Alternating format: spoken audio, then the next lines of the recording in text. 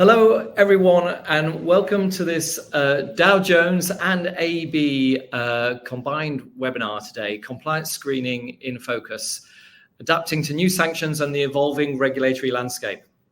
A huge amount has happened over the past year, and we wanted to kind of take stock a little bit in December and recognize lots of you are in the run-up to holiday season, but so much has happened. As I say, we wanted to take stock and just talk a little bit about how the regulatory landscape has changed. So I'm joined on this webinar by Merica Sterl from AB. And Merica is responsible for developing the product that AB brings to market, focused on sanctions screening and denied party screening. And I'm also joined by Dow Jones's Jen Con. Jen has been helping and instrumental, in fact, in building the compliance data that Dow Jones has for, well, I won't embarrass her, but many years. And so between them, they've got a huge amount of knowledge about how us as provider organizations and you as manufacturers, as financial institutions and other institutions are dealing with the regulatory burden that's on you. We're going to work through a sort of series, work through the agenda, but what I wanted to ensure is that you have the opportunity to ask questions. So you'll see on your screen, you'll see there's a section for Q&A. And so you can at any time ask us a question.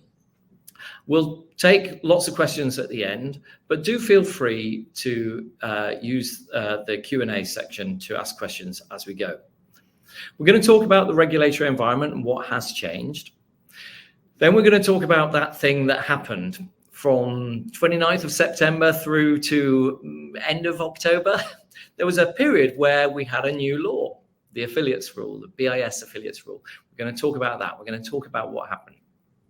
And then we're going to talk about, well, okay, well, this is the regulatory environment that we're all operating. What are some of the best practices in relation to screening and monitoring? And then we'll end with preparing for the future. So we're going to work through that in about an hour. Do use the Q&A to ask questions. The slides will be available to you after. There will be a recording of the webinar available in a few days' time. And I should say that the recordings of other Dow Jones webinars are also available on our website. So do go to that website and you can find the various other content webinars that we've produced. So that's what we're going to go through. I guess, you know, in 2022, we started using this word unprecedented all the time. I mean, we used it all the time. We used it an unprecedented amount. But I think that was for a reason. And we've got a couple of graphs here that I think explain that. But Jem, you know, from your perspective, tell us the story of sanctions and what happened over those past few years and why we were using that word unprecedented in 2022. Certainly. Hello and thank you. It does indeed feel like the word unprecedented has become overused, but I'm not going to apologize for using it in this context of sanctions post Russia's full-scale invasion of Ukraine in February 2022. And what you have here are figures that shows by year sanctions listing by what we often refer to as the big four when it comes to sanctions. And that's, of course, you know, OFAC from the US, you've got the EU, you've got UK, and you've got HMT, obviously listings here. And what we've done is we've aggregated them up, we've put together the totals of changes, additions, and delistings in the last years. And so what you can really see from the bright blue is those are additions to the list. And you can see that kind of pre-2022, I'm hoping everybody can see dates on the slides because I can't. But you will see that everything changed that 2022, the third one in, where the volume of additions is more than double and triple what happened in preceding years. And then what you can also see is that the volume of changes also dramatically increased. The grey bar is for delistings, and you can see that that's more or less remained very, very minimal in terms of activity. But that's what you can see is lots of additions post 2022, and the key takeaways are, as I said, much less activity prior to 2022, and then lots of activity post 2022. And what we're seeing is that the levels haven't gone back down to the pre-February 2022 levels. And so then if we move on to looking at sort of that activity month by month, because that tells the more nuanced picture of what is happening. So the very, very large volume of blue there, so that relates to March 2022, and that's really when all kind of the biggies got everything in order to sanction so many Russians in response to the Russian invasion.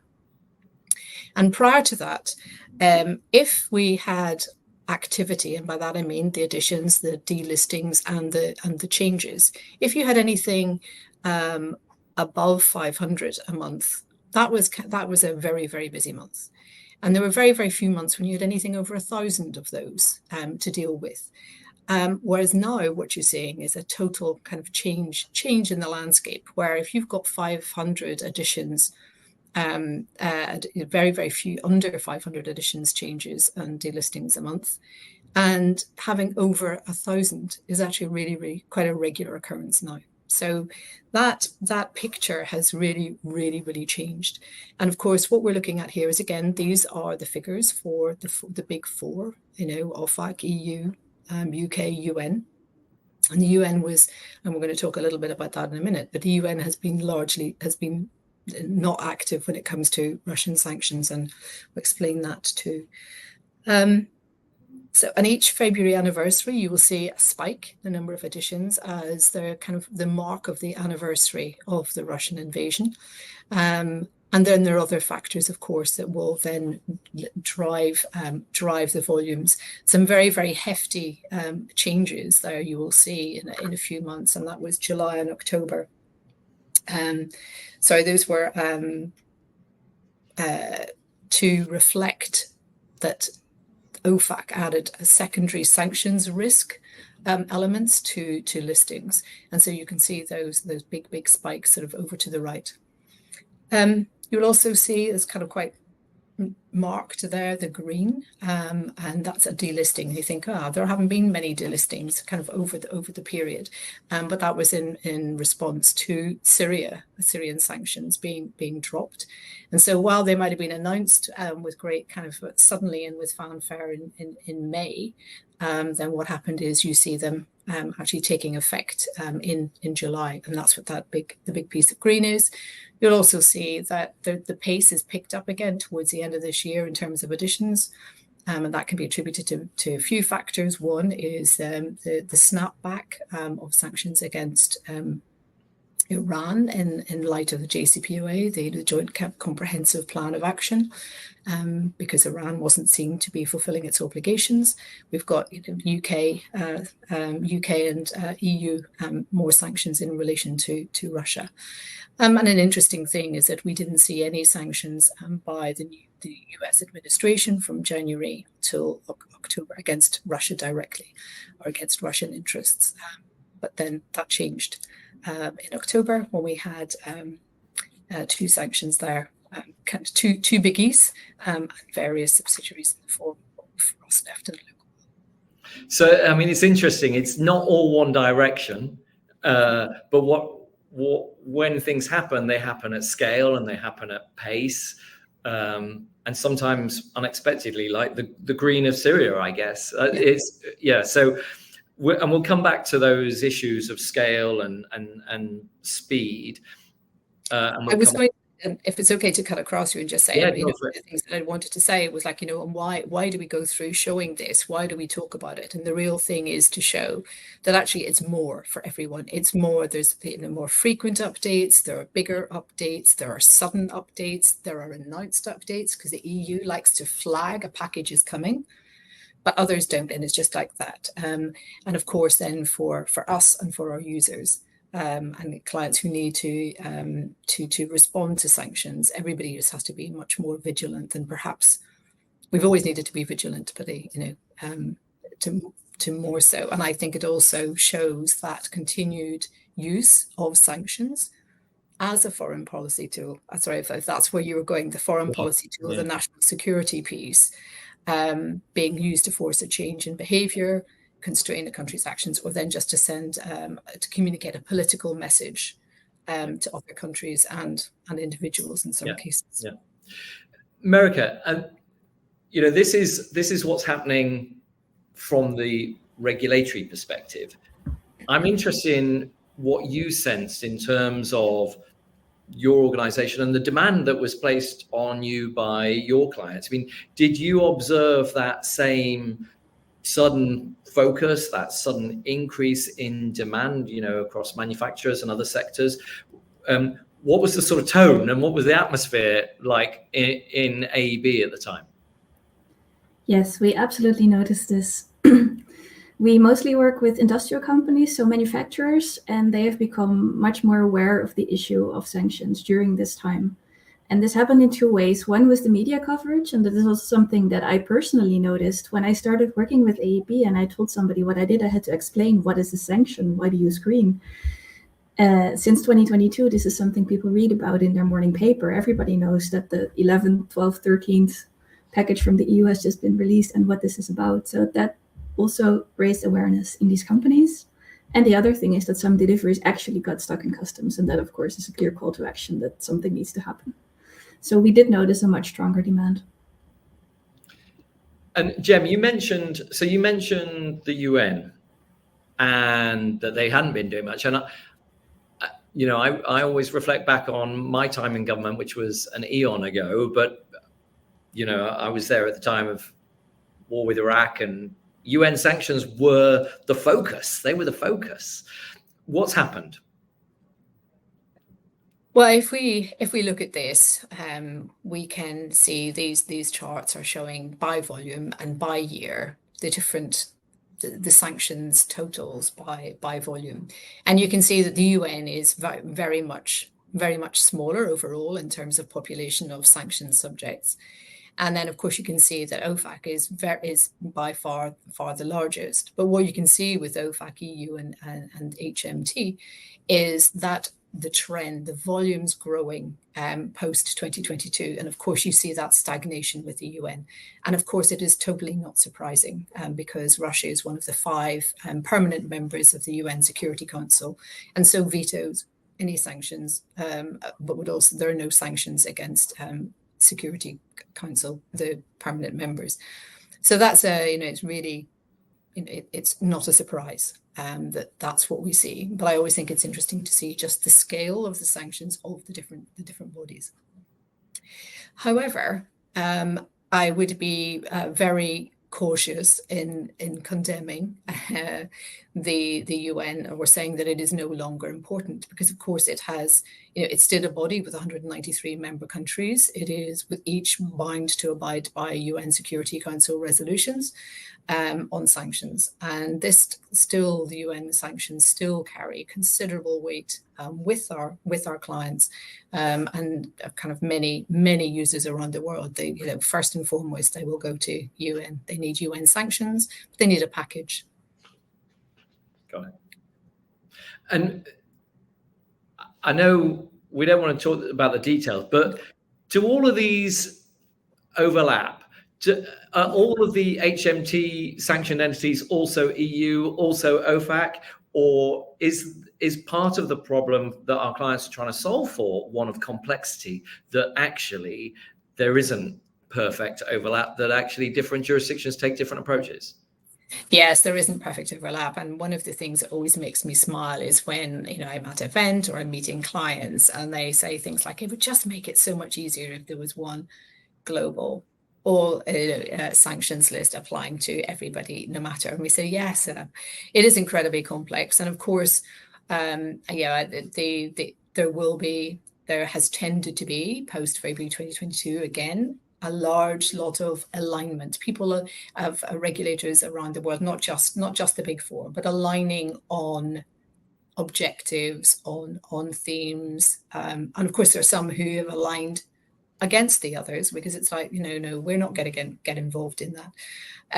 So there's been alignment. There was also been coordination. We have seen in some instances, whether you've got the UK, Australia, EU, whoever, US, all are coordinating on something.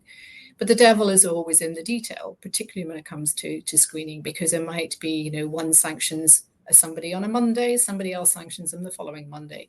And then 3 months later, somebody else sanctions them. So there's not that total overlap and exact match of who sanctions what when and the extent of the sanctions or the duration of the sanctions, but definitely that we did see alignment of themes. And of course then a big theme that has worried people is, well, what happens when one jurisdiction unwinds or stops sanctions against?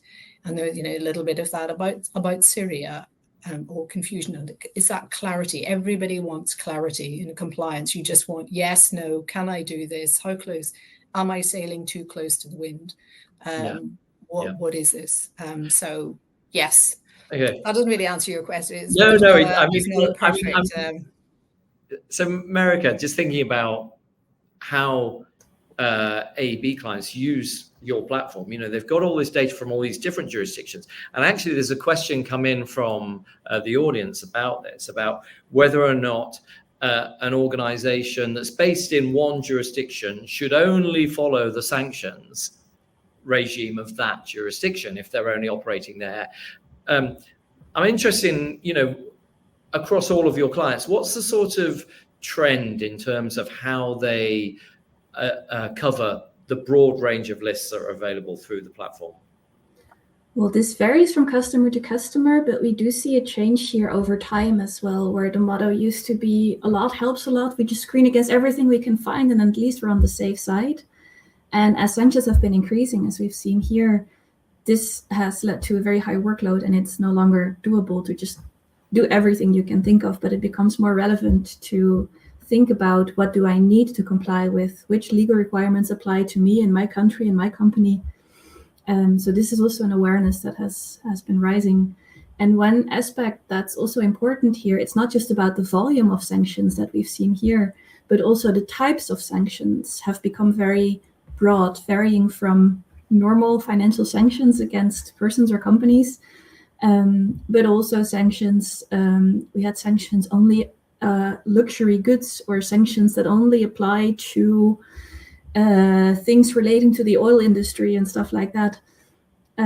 So just screening against all of that, even if you don't own any luxury goods or any oil refinery supplies, makes no sense.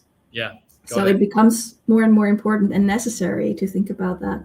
To the question about if you only have to focus on your own jurisdiction, that depends on the jurisdiction. Some jurisdictions have sanctions that also apply extraterritorially. The US is the most prominent example of this, where they have certain sanctions lists that work in a way that if you don't comply with their sanctions, you in a way become sanctioned as well, or you risk becoming sanctioned as well because you violate against their sanctions. So there is not a one answer applies to all for this question. It really depends on the jurisdiction.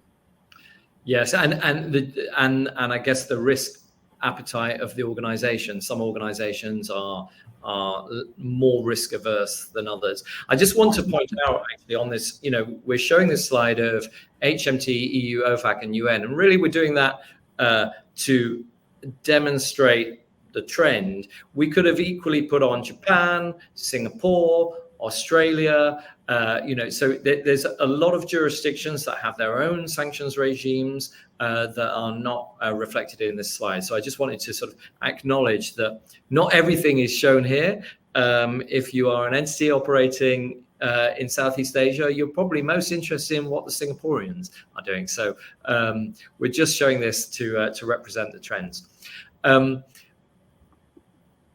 Now, Jem, you've talked about the regulatory environment being sort of driven by political drivers, that sanctions were an aspect of foreign and security policy. So I want to talk about that just a little bit and what that means.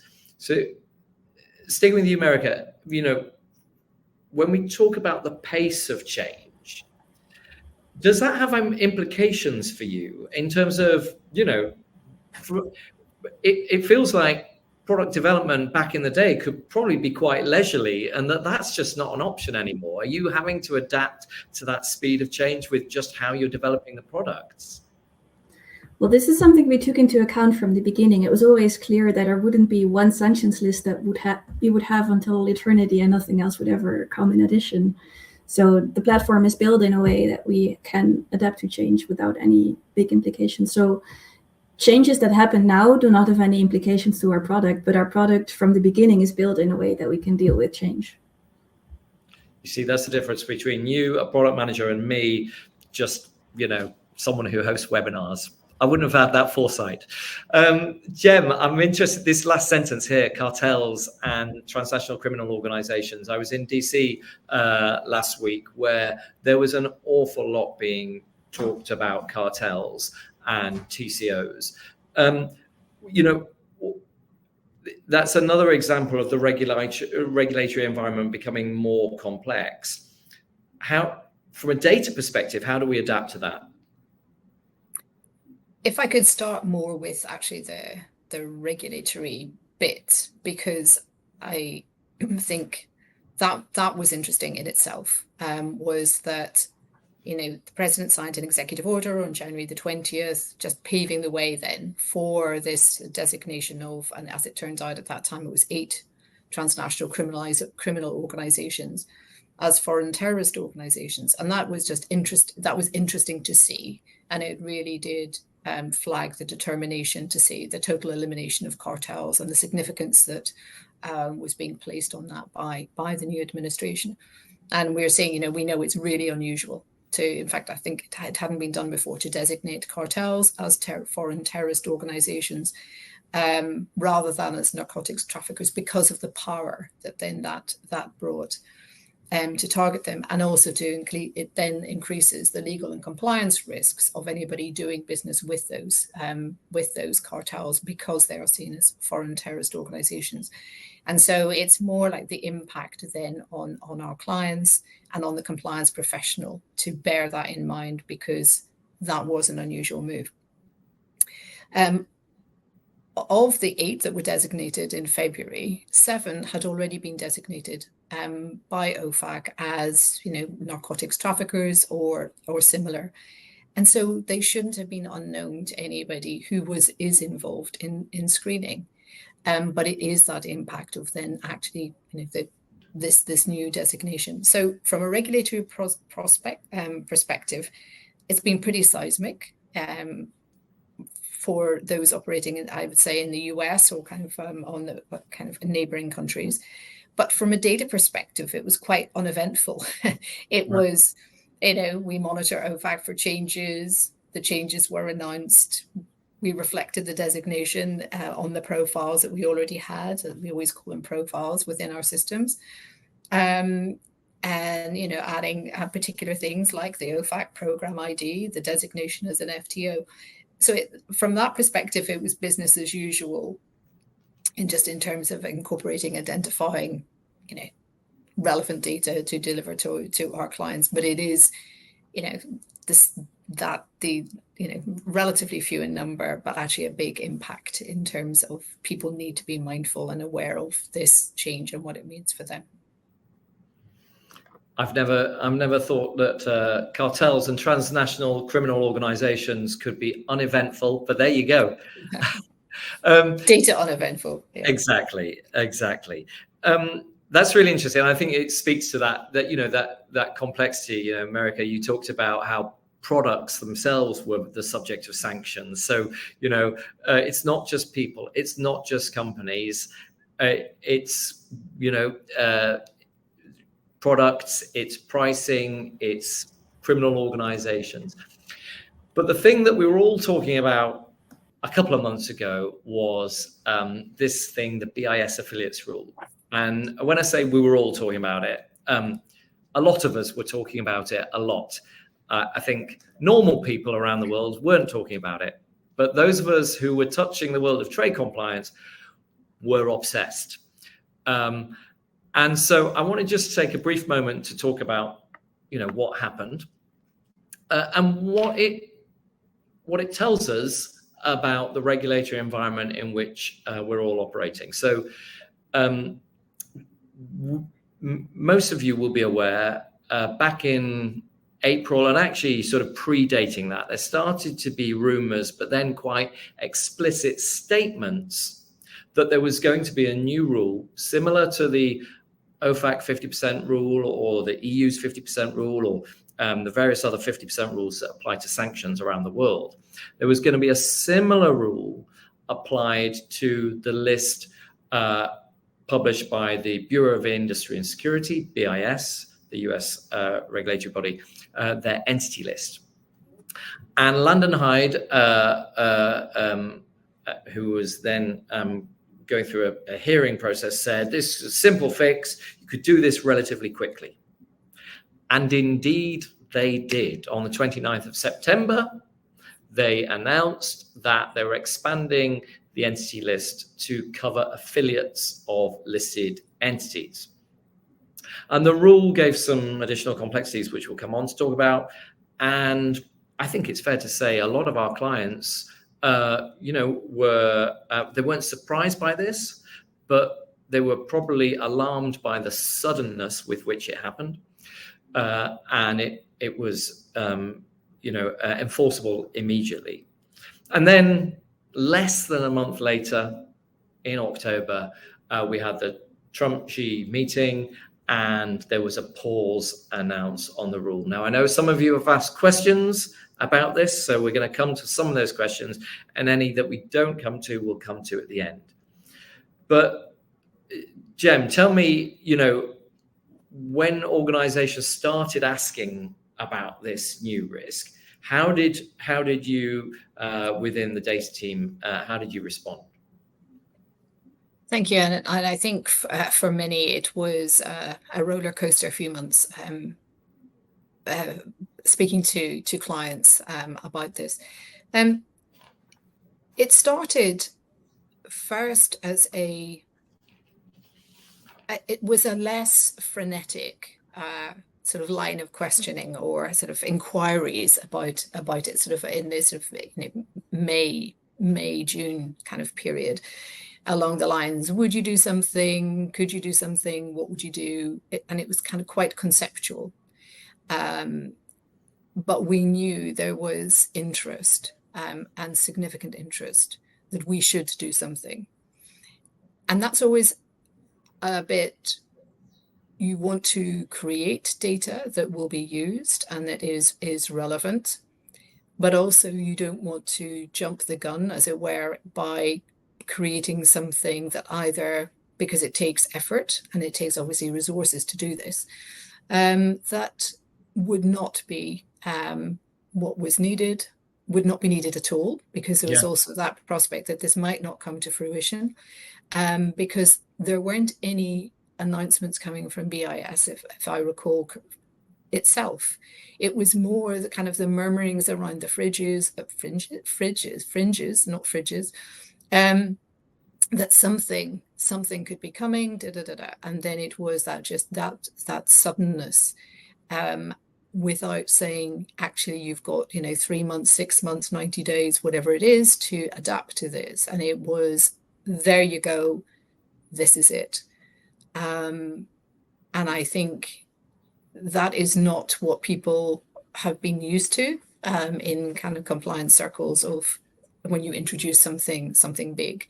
And of course, the OFAC 50% has been around for a very, very, very long time. And people only really started to pay attention to it, if memory serves correctly, post 2014 when Russia invaded Crimea, because of how embedded Russia has been in the world's economy. But we took the decision to create the content and to make all the necessary sort of system changes as well that you need in order to be able to do this, with a view to launching whether or not the rule came out. And then the rule did come out.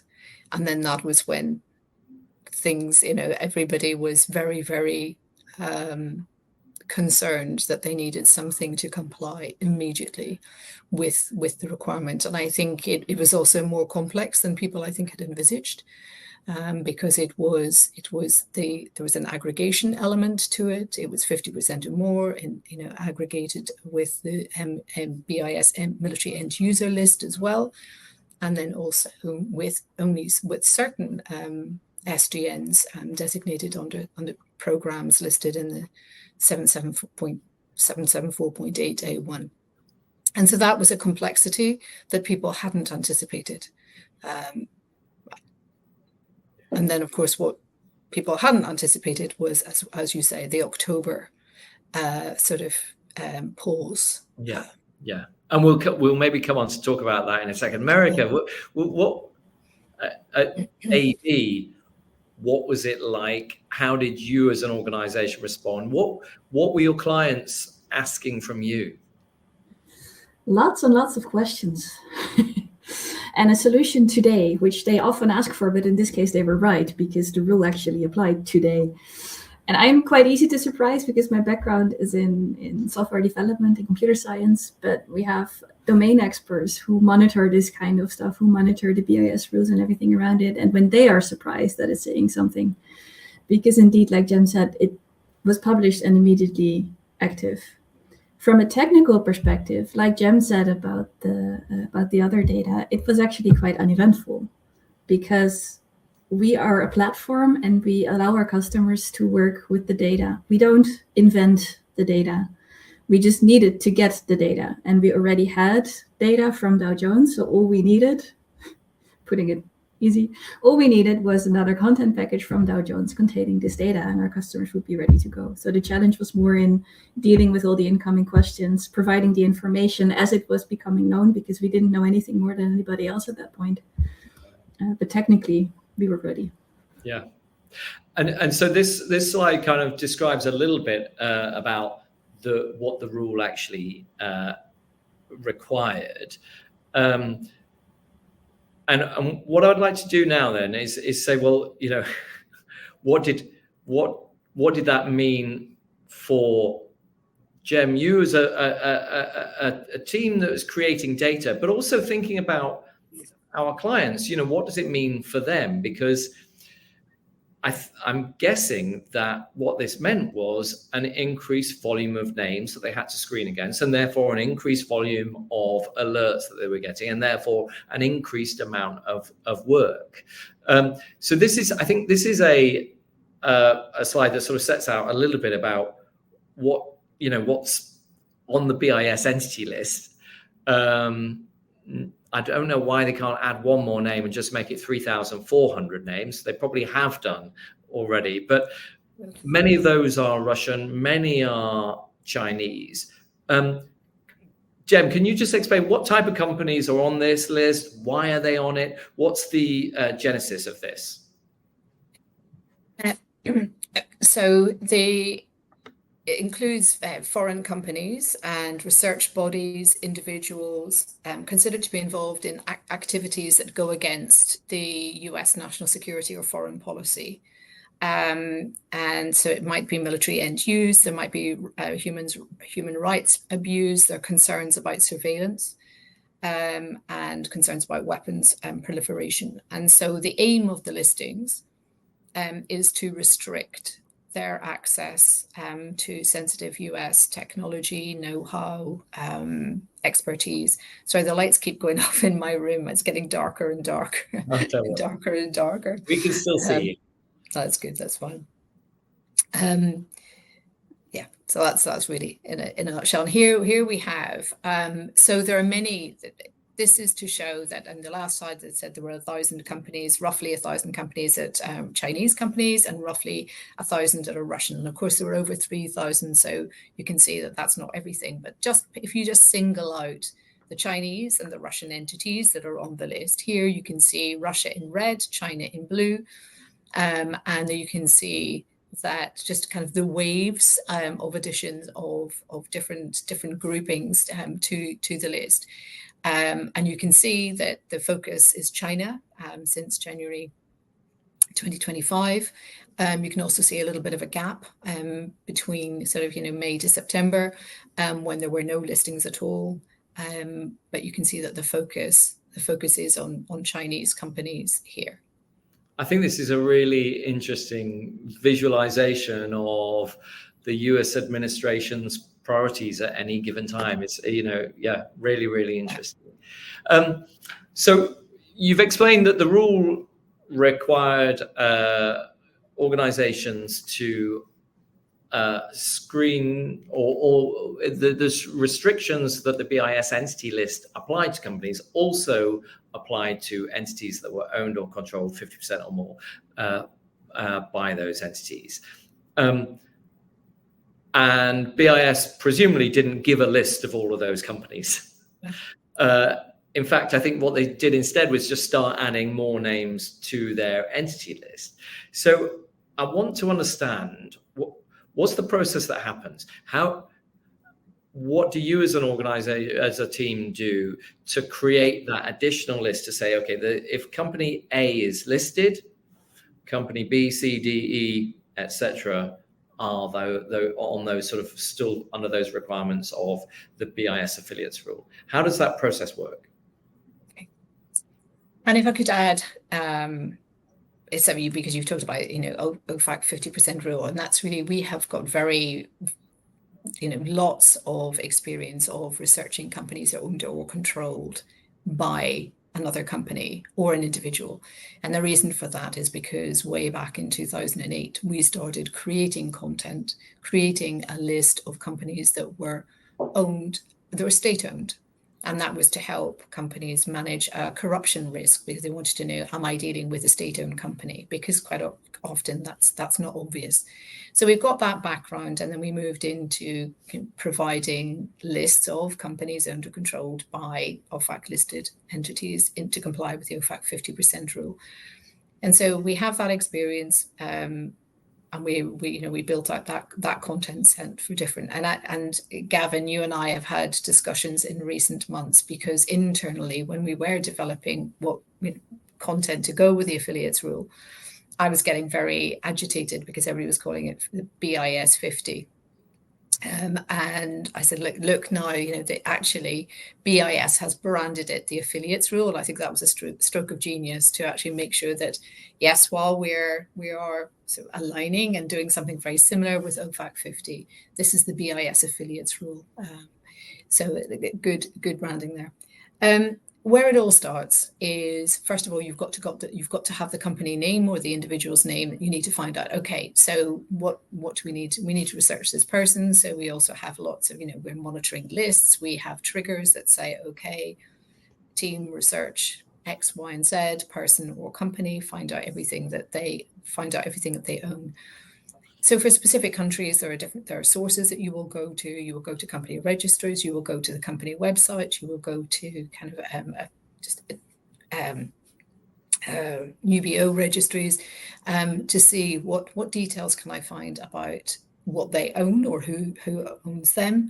There will be directories. There will be, obviously, there is the news as well, and we've got access to a lot of news.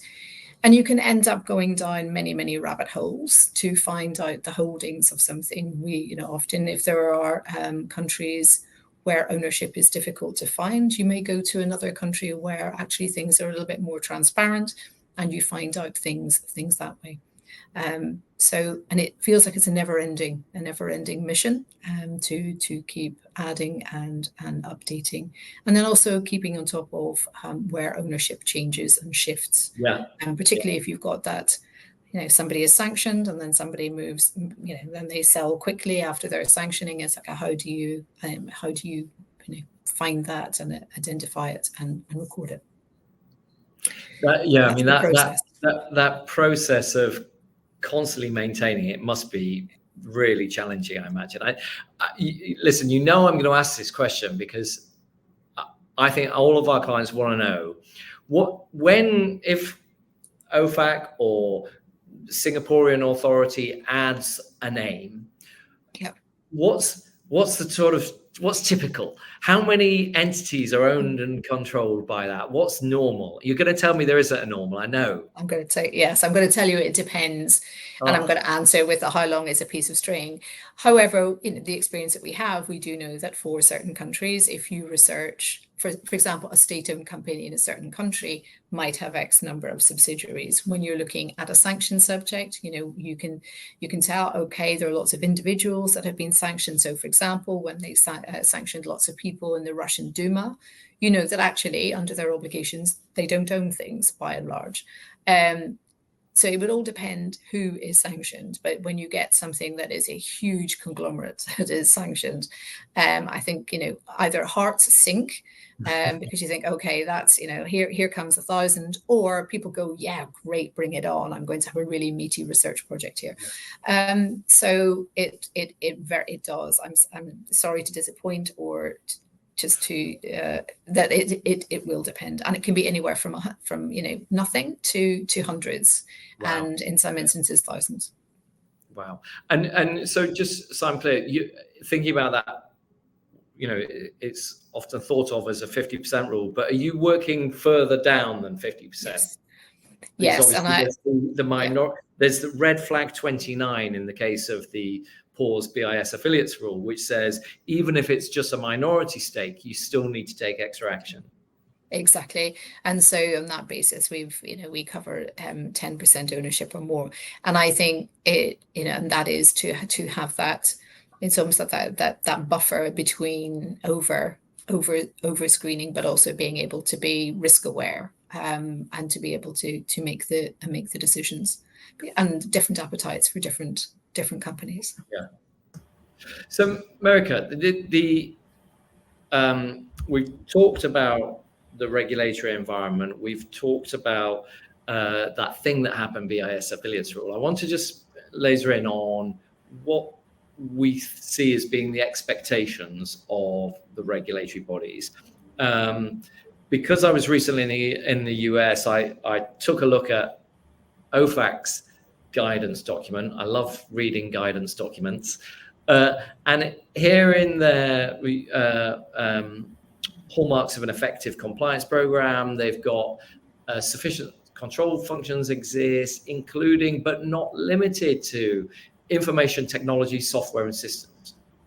It seems to me that enforcement bodies and regulatory bodies around the world increasingly expect, really as table stakes, as kind of total norm, for organizations to have some kind of platform or technology program in place. Is that your experience? Is that what you're seeing in the clients that you're working with? Yes, that's definitely what we observe as well. And I'm tempted to say, how could they not? But you never know.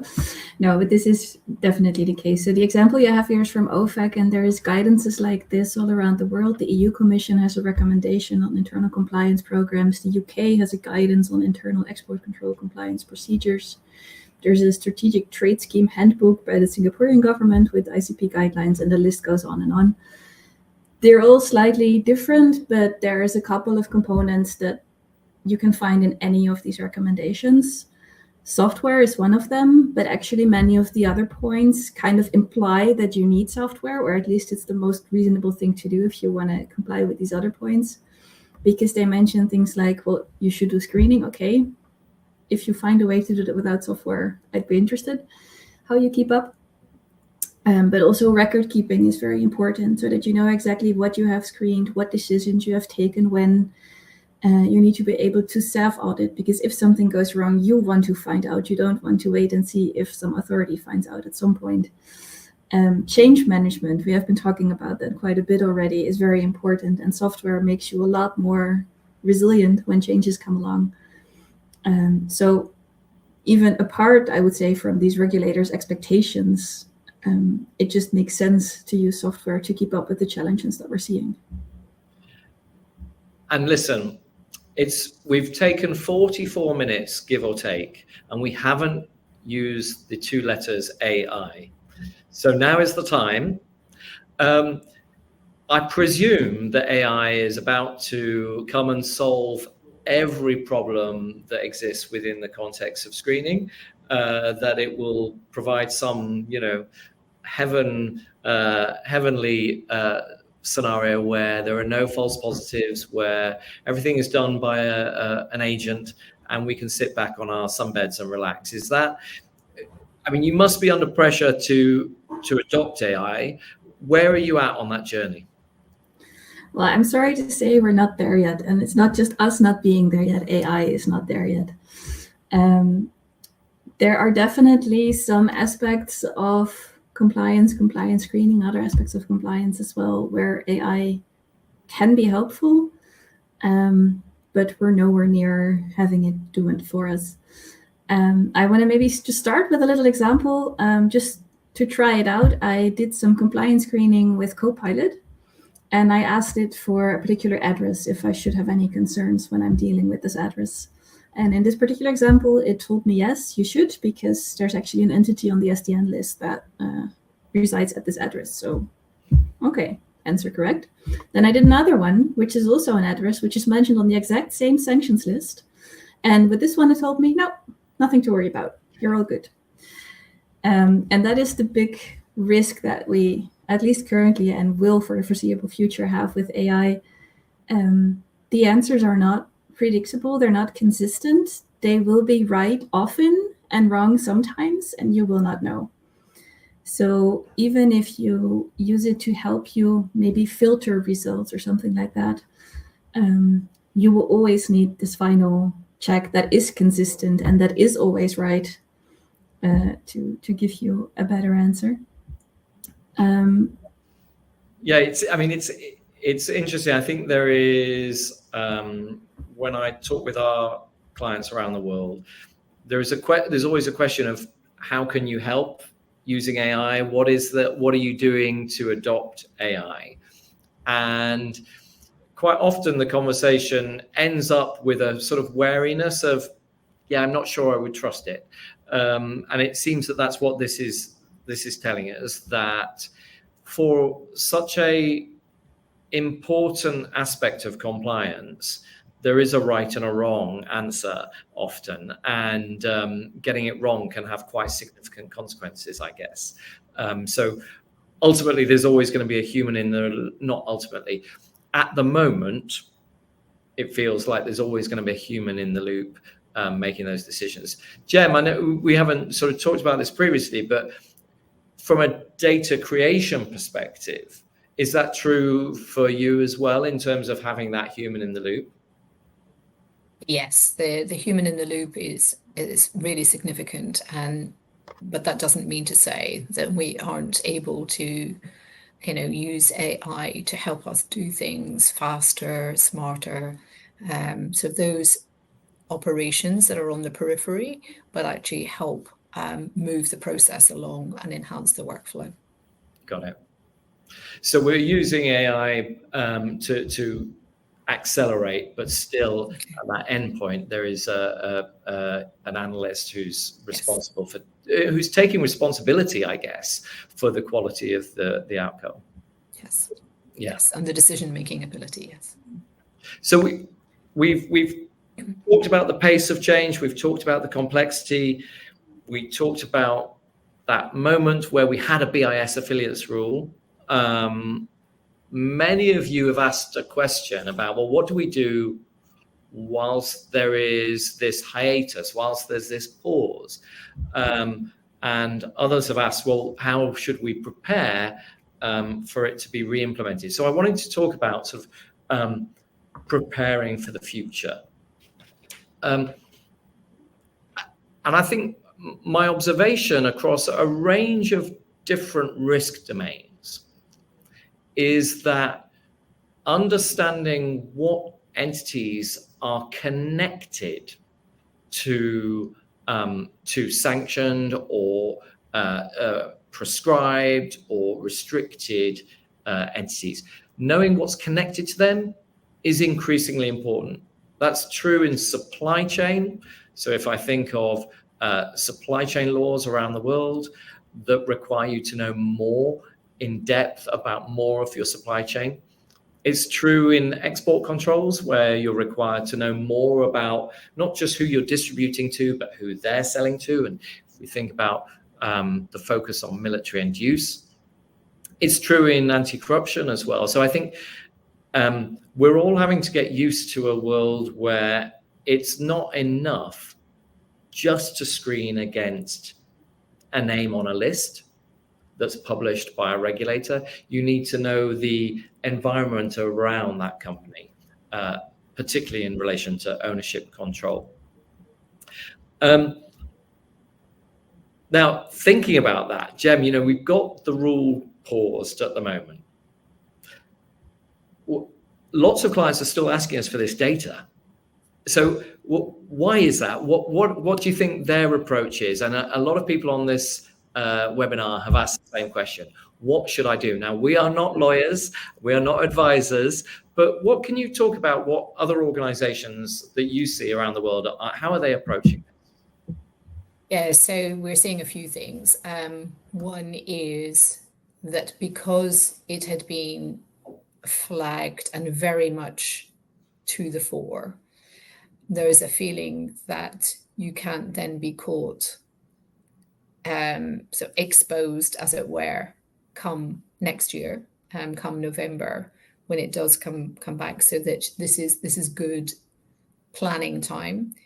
The other thing is, I have seen and heard people very concerned that it went as quickly as it arrived, and it can come back as quickly as it went.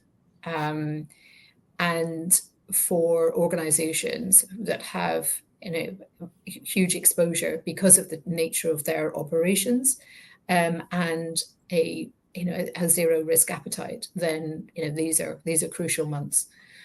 So we are seeing that still a lot of interest, but perhaps not the intensity, or dare I say, maybe panic that there had been. So it's an ability to be more planned about how to do this and how to do it effectively. So people have got a moment to breathe, pause, think. Marika, are you seeing that across your clients? Are they preparing for the future? Yeah, we see a wide range as well, from people taking the risk to wait and see if it really comes, if it's paused again, if it's thrown away, or if it starts tomorrow. And those who do want to prepare and do want to get ready, and they want to have a solution for it in place just in case. And I think it's important to realize that it's not just a matter of having the data or even having the software, but also having the people who know what to do when a match like this comes up, when you find out that one of your business partners is covered by the affiliates rule. Does your employee who finds this out in the software know what to do then? And this is a process that also takes time, which is one of the reasons it makes sense to start preparing, even if we don't know exactly if and when the rule will start again. Yeah. So being ready. I mean, there's a piece in here about the complexity. And we don't know where things will swing, which jurisdiction will come into focus for different administrations.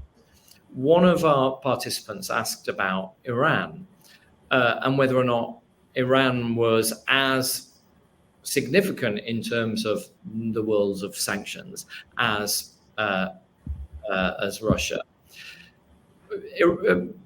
Jem, have you got a perspective on that? I mean, we've had the snapback. What did that mean in terms of scale, volume? Are there lots of names on those sanctions lists? What was the impact? They're a significant number. I don't have the numbers to hand, but definitely not in the same league as kind of Russian sanctions against Russia. And also the fact that the reach of Iranian companies is lesser than, say, the reach or embeddedness, if you like, of Russian companies. And so that concern is, it's not on the same scale as perhaps the impact or concern about identifying Russian-owned or sanctioned Russians, if that's a way to put it. Yeah.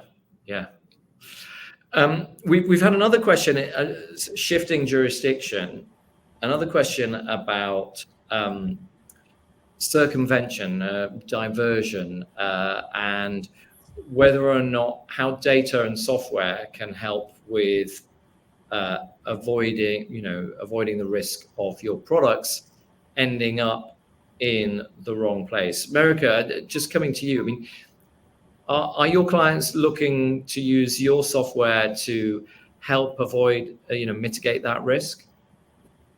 Yes, absolutely. And since the Russian sanctions increased, of course, one of the things that happened is, or two things actually that happened that are very relevant to this question. One is that Russian oligarchs started to split up their companies or have sub-companies or daughter companies who then, so that's where the whole sanction control and ownership content became very relevant. And the other thing is when it comes to moving products, that there are these circumvention countries where things don't go to Russia, they go to maybe Turkey, and then from Turkey they may go to Russia. And this is also something that you want to notice. And it might be easy to tell all your employees whenever something goes to Russia, pay attention. But when all these things that may be used for circumvention, and this might not be the company who is manufacturing and sending the goods who wants to circumvent the sanctions, that might be a middle party who wants to buy it and then send it to Russia. And that is where it becomes very difficult to keep all these risks in mind as a person, and that is where software can be very beneficial. And you're based in Germany. Obviously, there have been specific cases of enforcement around diversion in Germany. I'm based in the Netherlands. We currently have an issue very big in the news because one of the biggest ship manufacturers is actually currently in court defending themselves against circumvention allegations. Yeah, so that diversion risk, that circumvention risk is very real. We've got one last question. I'm going to ask you about this, Jem, which is about companies that might consider themselves to be currently within the scope of the BIS affiliates rule, as in they are 50% owned or controlled. The question is about what they might be doing, but I had a question for you, which is, do we see those sort of companies eventually being added to the list? So, for example, when companies are owned and controlled, do they end up eventually being on a sanctions list, or in this case on the BIS entity list? Do companies move lists? Yeah, so definitely there are companies that were identified as owned or controlled by a sanctioned entity, and so but weren't directly sanctioned themselves. And so we do see that we've identified them, and then that they have become directly sanctioned. And also, I think in the information from about the BIS affiliates rule, while it talks interestingly about how difficult it is to identify these companies, and that's really why we're not putting them on the BIS entity list. But this doesn't mean that we won't put subsidiaries under control or affiliates onto the BIS entity list at some stage if we feel it is appropriate. Their behavior makes it appropriate. So yes, we do see this movement. And obviously, an entity can be on multiple lists, and it can move from BIS MEU over to BIS entity list, etc. So yes, there's lots and lots of movement, but definitely we've seen thousands. I think I'm not actually. Don't quote me. Delete. The number of that have gone from being sanction controlled, owned to being directly sanctioned. Yeah. So we've talked about speed, we've talked about scale, we've talked about complexity.